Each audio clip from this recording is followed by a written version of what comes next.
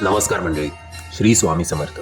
मंडळी, तुम्हाला स्वामी समर्थ महाराजांचे हे 5 संकेत जर मिळाले तर समजून जा की इथून पुढे तुमचे वाईट दिवस संपले आणि तुमच्या आयुष्यात आता भरपूर प्रगती होणार आहे. जेव्हा आपल्या आयुष्यामध्ये काहीतरी चांगली घटना घडणार असते किंवा येणाऱ्या काळामध्ये प्रगतीची मोठी संधी मिळणार असते, अशा वेळी देव म्हणजेच आपले स्वामी, आपले गुरु आपल्याला काहीतरी संकेत देतात. हे संकेत आपण समजून घेणं गरजेचं आहे. आजच्या या व्हिडिओमध्ये मी तुम्हाला असेच 5 संकेत सांगणार आहे, त्यामुळे हा व्हिडिओ शेवटपर्यंत बघा.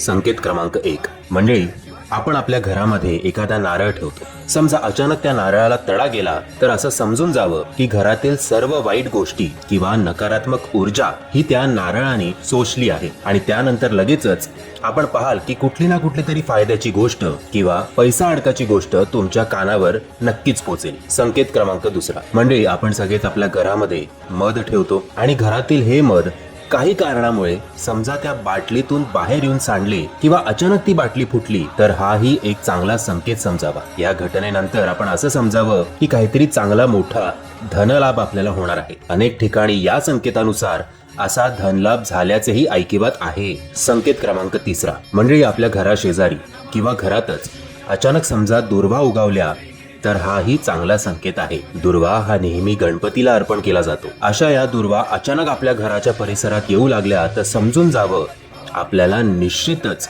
एक मोठा धनलाभ होणार आहे. संकेत क्रमांक 4. आपल्या घराशेजारी समजा अचानक एका तुळशीचे रोप उगवले तर समजा की स्वतः ब्रह्म विष्णू आपल्याला संकेत देत आहेत. या संकेतानुसार माता लक्ष्मी ही आपणाकडे वास्तव्यास येत आहे असं समजून जावे. त्यामुळे आपल्या घराशेजारी किंवा अंगणात कुठेही तुळशीचे रूप अचानक आल्यास हा शुभ संकेत मानावा. संकेत क्रमांक 5. म्हणजे आपल्या खिशातून अचानक पैसे पडतात, खिशातील नाणी खाली पडतात की आपणावर आपल्या देवी देवतांची कृपा झालेली आहे. या घटनेनंतर फक्त 12 तासांच्या आत आपल्याला प्रगतीची काही ना काही बातमी नक्की ऐकायला मिळेल. म्हणजे या सगळ्या छोट्या छोट्या गोष्टी असतात ज्याकडे आपण दुर्लक्ष करतो. आता हा आनंदाची किंवा चांगली गोष्ट याचा अर्थ फक्त आणि फक्त धनलाभ होतो असंच नाही. छोटे छोटे आनंद असतात जे आजकाल आपण सेलिब्रेट करायला विसरलोय. त्या आनंदांना सुद्धा, त्या मोमेंट्सना सुद्धा आपण तेवढंच एन्जॉय करायला हवं. समृद्ध कुटुंबाचा अर्थ फक्त पैसा नाही.